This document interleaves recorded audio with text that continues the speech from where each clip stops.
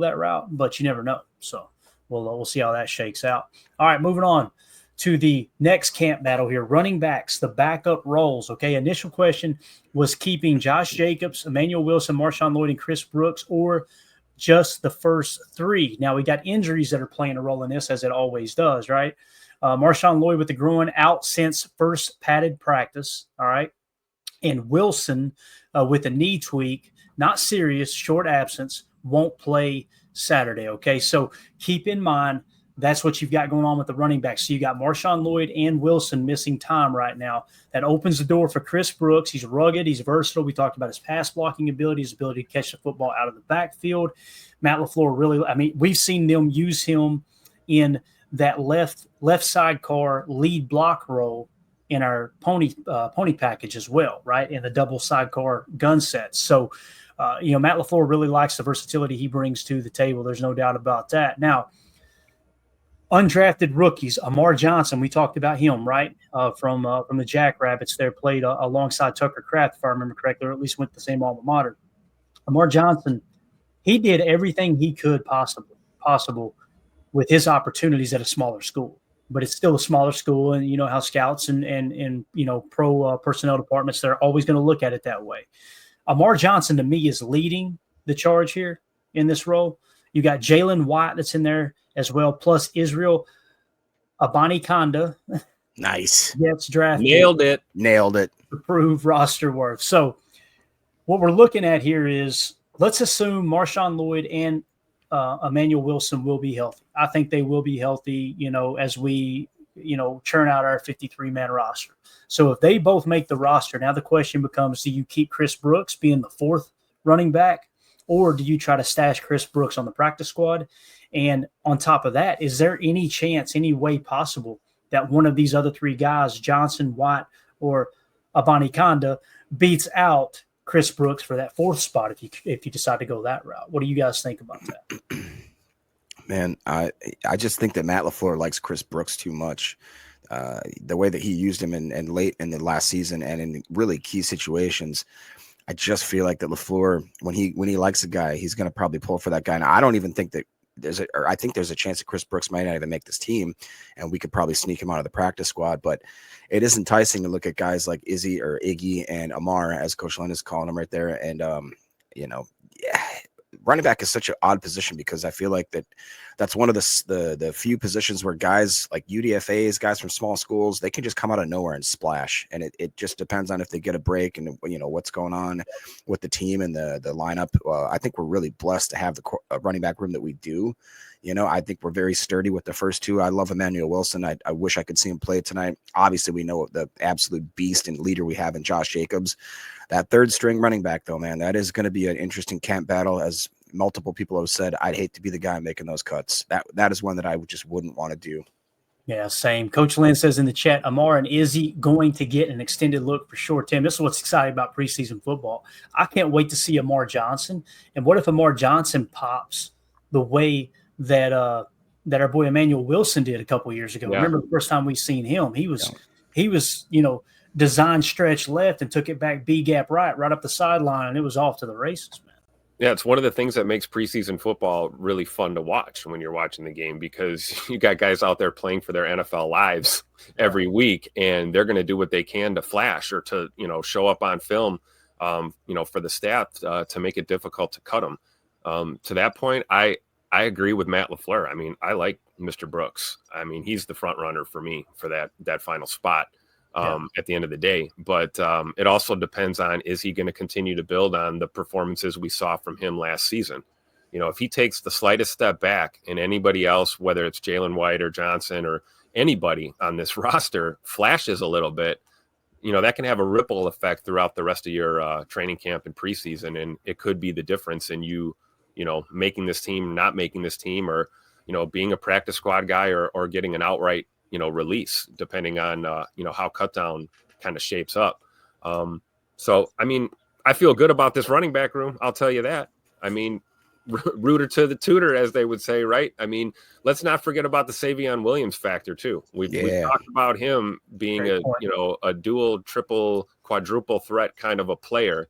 And in a pinch, I feel like there might be a running back or two hanging around that wide receiver room if we really needed it. So you got to feel good about the running game, bare bones, going into this season. So it's going to be fun to watch. Yeah, Tim, do you think a guy like Savion Williams allows you to go weaker, or I shouldn't say weaker, but lower in numbers, let's say, in the running back room and possibly even the tight end room? Just a guy that is that much of a slash, I would argue more so maybe as in the running back room than the tight end room. Right. But I think a big part of that also depends on, and this goes the same for, Jalen White, Amar Johnson, Abinakanda, all these guys. How quickly can you grasp Matt LaFleur's offense in that role? I mean, we can talk about Savion going back there and being a number 3 or 4 back if we really needed it. Can he process the offense from that perspective? That's time's going to tell. So I think the possibilities are endless, but that, again, it goes to the point of you got to feel good about the depth we have on this roster right now, even before we're seeing cut downs. And I think we're going to see a lot of other faces brought into camp, in and out. We're going to see guys getting worked out, invited to camp, both sides of the ball. So, pay attention to all those names and numbers that you might not recognize, initially, because, some of them might stick around and might find their way onto this football team. You never know. Yeah. And what Coach Lynn says right here is spot on. How well can they pass block also? That's typically – I've noticed that with the 4th running back on the roster, or that guy that's kind of hovering around the practice squad. Matt LaFleur likes to make sure those guys are really good in pass pro, right? Yeah. Emmanuel Wilson, it was kind of the opposite. It was like he showed so much in preseason, like we can't let this guy go, right? And I'll never forget Gary Ellerson, former Packers and Badgers running back, talking about it like that's not normal. That cut that kid made, that's not normal. Lo and behold, 2 years later, we're looking up and he's grading out in the top 10 amongst running backs in the NFL. So, but I will say this about Emmanuel Wilson. His pass blocking has improved tremendously too. So it's something that can be worked on, obviously. So let's move along to wide receiver. Man, I'm so excited about Matthew Golden, dude. I haven't been this excited about a wide receiver in Green Bay. Like, I wasn't this excited about Christian Watson. If you guys remember when we did our live stream on that, and that was like my first year covering the draft with Packernet, everybody was fired up over Christian Watson. And don't get me wrong, I was excited, but I'm just like, it's just the way that when you looked at Christian Watson, it was like, okay, he's got to improve his hands. He's a freak. He's a speed, like everything you want him to, if you could craft a wide receiver with the physical traits, right, you'd say Christian Watson, this is the dude right here. Just got to stay healthy. But when you see Matthew Golden attack the football, man, it's something different. It really is. So he's really, really impressed. But what we're talking about with receivers isn't necessarily, will Matthew Golden make the roster, right? We're talking about playing time distribution.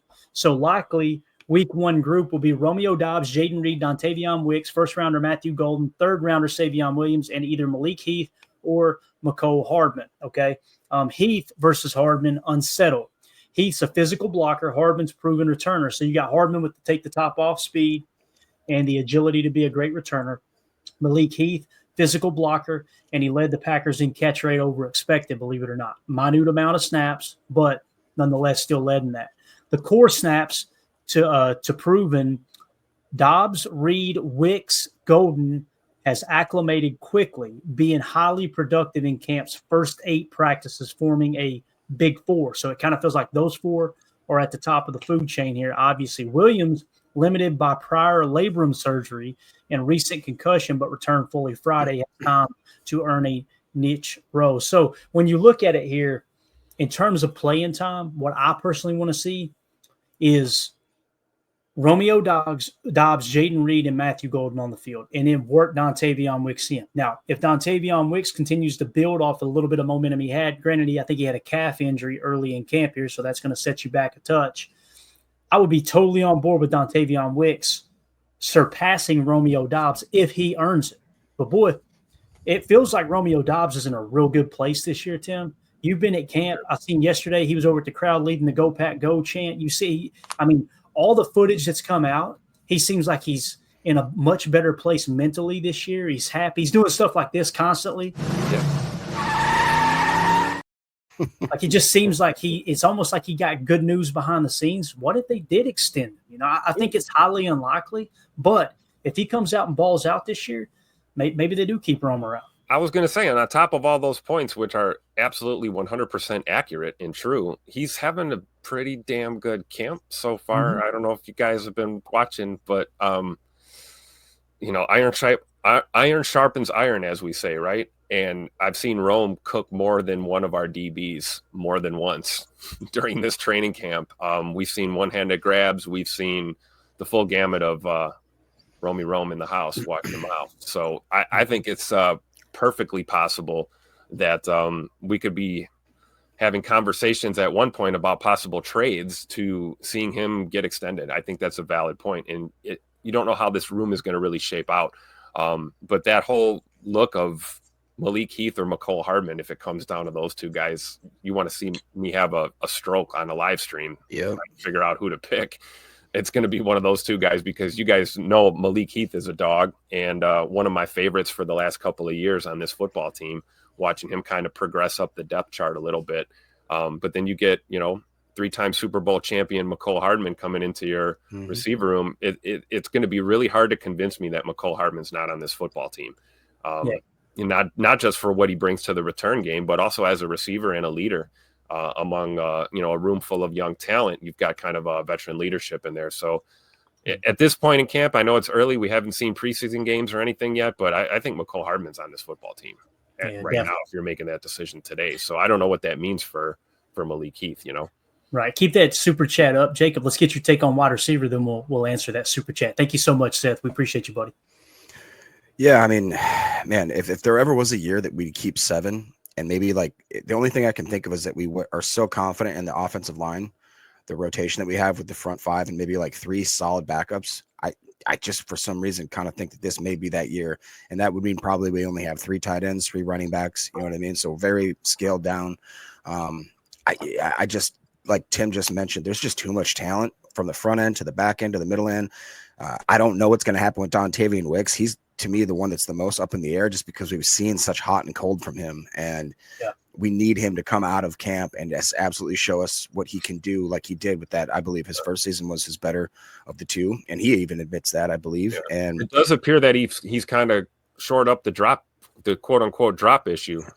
His hands look a lot better so far. And I always go back. I remember, wasn't he the one that he came off the sidelines and his head was down and Aaron Jones went over, grabbed him and picked his head up and, dusted him off basically. And I'm wondering if maybe he lacked some sort of mentorship maybe in year 2 once Jonesy left, and maybe somebody else in the meantime is kind of taking him under his wing kind of thing. So like that all being Hardman, maybe. Honest, I was just going to say maybe a guy that maybe you wouldn't expect, like a Mecole Hardman. And I do think, I mean, you already talked about, or we mentioned yesterday how LaFleur kind of snuck in. I believe it was like an end around with Mecole Hardman, kind of as that gadget motion guy. That fits, it really fits to me in the way that they may use this scheme. But you look at that wide receiver group, I would argue, do we have the best first wide receiver? Probably not. Do we have the best starting 3? Yeah. Do we have the best starting 5? 100%. Best starting 7? Yeah, I really do believe that we have the deepest wide receiver room, man. It's deeper than never mind. I will say too that I really am excited for the emergence of what Savion Williams could bring to this room, because we've said it multiple times with the 2 tight ends, with the multiple running backs, and with the absolute clown car full of people that we have at wide receiver room. Who are you going to guard, man? It's just not possible. The thing with Savion Williams, to me is I want to see this guy stay on the football field consistently. Yeah. That's the first big hurdle. Him, Lloyd, and Musgrave are the guys that just want to stay healthy. Let's see what you can do finally. Absolutely. And when you look at this too, like think we broke camp with 6 last year in terms of wide receiver. Romeo Doubs, Matthew Golden, Jaden Reed, they're locks. Savion Williams a lock. Christian Watson's going to be on PUP, right? Dontavion Wicks is 5. McCole Hardman would be 6. To me, the question becomes, do you carry a 7th in Malik Heath, or do you trust them actually passing him to the practice squad?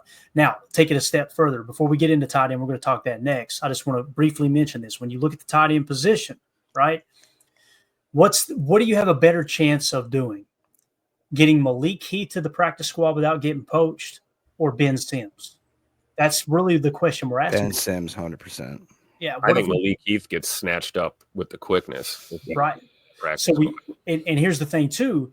Look at the depth at tight end behind it. Remember, we were talking about John Fitzpatrick making a great catch yesterday, right? Messiah Swinson's he's a monster. You got Johnny Lumpkin. All these guys have multiple years in Matt LaFleur's system, whether they be on the practice squad or got activated on game day. So I think you would roll the dice, only carry 2 tight ends if Musgrave and Kraft are healthy. And then you ain't got to worry about Fitzpatrick, Swinson, or Lumpkin getting poached, right? So maybe that's the route you go.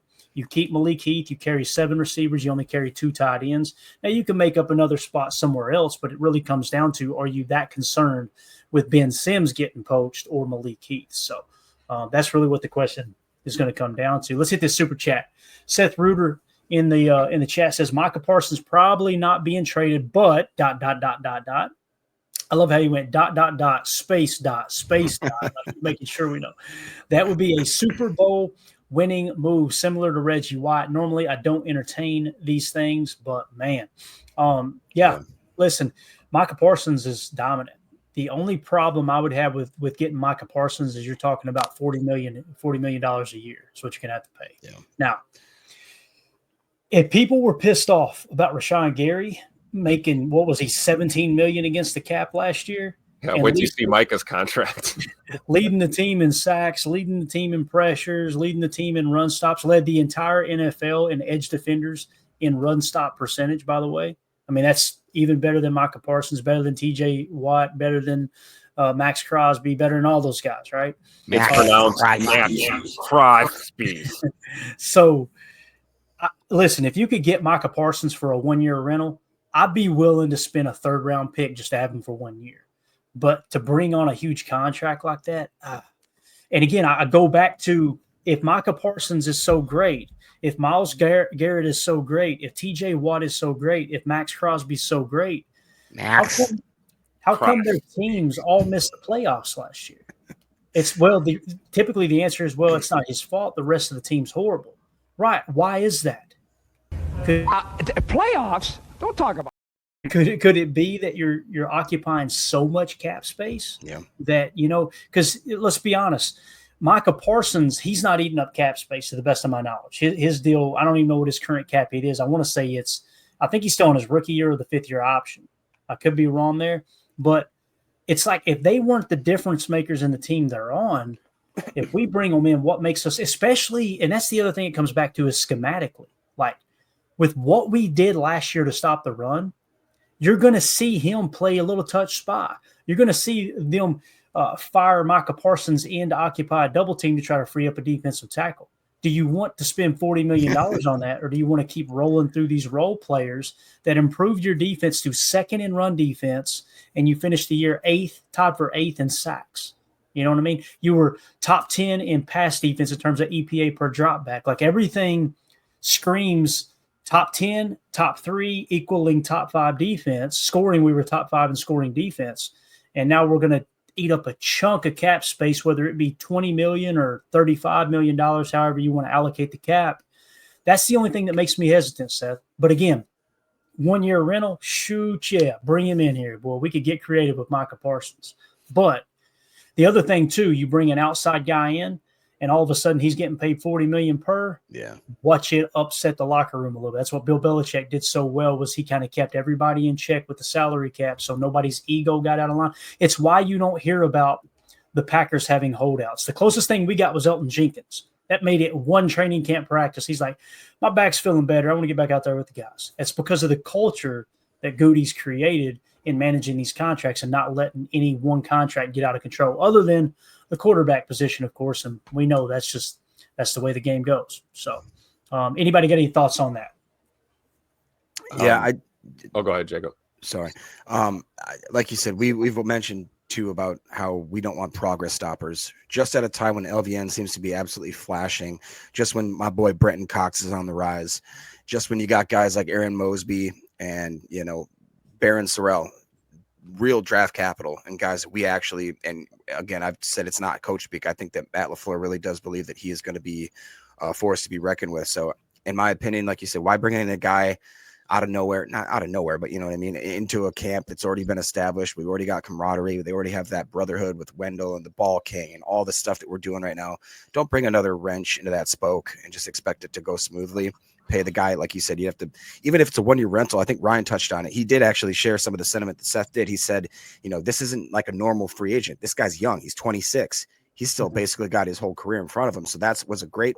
He basically prefaced it like, I don't think it's going to happen, but if it did, it would make sense with the type of free agents that we sign. We don't kind of long in the tooth guys. We rarely do that as a 1-year stint. I don't think they would do a 1-year stint, or maybe that even Micah Parsons would his camp would even be willing to take a 1-year deal. I think they probably want a longer contract. What do you think, Tim? I would agree with that 100%. I don't think, as bad as he may or may not technically want to get out of Dallas, I don't think he's going to take a 1-year deal. Right. But my goodness, if you'd have to scratch your head and think about it if he was open to that, right? If he was open for a 1-year deal, and like Clayton's saying, you can, possibly get out of paying him long-term and having long-term implications to your cap and everything. Maybe. What if he would do like a 1-year 20 mil? Or 25 mil, something like that. But like we're dreaming, right? Yeah. We're dreaming. It's not going to happen. So, and here's the other thing: we're building a team, not collecting talent. And if you bring a Micah Parsons in, as I can't even say his name, you're going to be in a situation where you're continuing to collect talent. And like Jacob's saying, we got guys that we've been working on and that have been in this system, particularly LVN. Year 2 in a Hafley scheme, and is starting to really kind of come into his own. You could have inadvertent progress stoppers, or you're forced with the question: what do you do with how do you get these guys all on the field consistently? That's another problem you're going to have also. So you can do a lot of good don't get me wrong, Micah Parsons is a monster, right? Yeah. It's going to make your football team better, but it's also going to be difficult when you're looking at the grand scheme of things as far as building your squad. What does that do? We're already talking about wanting to see Rashawn Gary getting more, pass rush reps and all these things. It's like you bring Micah Parsons into the fold. What does that do, schematically? Here's the other thing too. Like, the way you can make it make sense with your cap is to move on from Gary next year. So let's say you were to trade for Micah Parsons and you have to give, I don't know what you'd have to give up. Like, that's the other thing. And this isn't a shot at Seth. I'm talking about on Twitter. Okay. Yeah. People will talk about, go get him. But they never mention what they have to give up for him, right? So, like, would you give up a first-round pick for a guy and then move on from Gary? So people would say that's a big improvement, right? Okay, if it is an improvement, like Jim H. says, Micah disappeared in the playoff loss to Green Bay. You guys remember that? How did they make him disappear? Running the damn football. That and Aaron Jones had a lot to do with that, right? They just had a little chip on him. Now, again, what you're doing is you're now removing Rashawn Gary and you're putting in Micah Parsons. And here's what's funny. Coach Lynn says Micah's not a good in run defense. To me, I agree with – I don't know if I would say he's not good, Coach, but Gary was the best edge defender against the run last year. So you're going to take a hit in run defense to get a guy for $40 million per to come in and rush the passer when Jeff Hafley's looking up going, hey, guys, harness the pass rush. Let's make sure we stop the run first. It just, to me, there's just too many questions there, in terms of that. So, great conversation, though. Thank you for that super chat there, Seth. Is that the same Seth that we went to the game with? Yeah, that's him, man. What up, Seth? That was a fun won our game. Monday Night Football giveaway, where we gave away a ticket to a Monday Night Football game up there in the luxury box where Jacob was acting like a heathen around all the upper crust. Luckily, it was Seth and not Charles Manson, remember? Oh, boy. Someday we will tell that story live on the air. We got to give it at least another year. We can tell that story. That was you remember when the guy behind us he comes back, he goes, we got cut off. They're not selling no more beers anymore. And then I went up and grabbed like 3. It's I think it's just you, buddy. Jacob said, I'm going to go get some more. I said, I'm going to go grab another drink. Y'all want something? That guy behind us said, they ain't going to serve you. Jacob looked at me and looked at him, and he just walked off, and he came back and had 2 tall boys. And I went, oh. He came back and he went, what the hell? They wouldn't sell me. Oh, we're going to give him some. I wonder why. They're probably scared you're going to pee in your seat. You know what I mean? Anyway, Soder says, who do you cut when Watson comes back? Well, don't say that. I got a headache. I got to go. My head hurts already. Man, that's so I don't want to think about that. Here I'm gonna opt out here, Soder. Yeah, I plead the fifth. Someone will probably be hurt, and they'll go on the IR for a little bit. I'm just going to go with that because, seriously, he asked a great question. If everybody's healthy, what do you do there? Maybe that's where you start that heavy rotation of just, when I say heavy rotation, you just keep 2 tight ends on the roster and then activate one and deactivate another position as you need it. Does that make sense, Jacob? Yeah, honestly, that was what I was going to say and I'm not hoping for an injury. If it happens to occur, and they always do, there's injuries every year to every team. Maybe it happens in the wide receiver room. Maybe it's not a big deal. He's got a little turf toe for maybe a week or two kind of thing. We're able to play some Monopoly. Like you said, we're strong at certain positions where you feel comfortable going with a 2 tight end game, and I saw somebody else in the chat that reiterated like maybe Savion could, in a pinch have to maybe play a sort of hybrid tight end role. It's not out of the realm of possibility.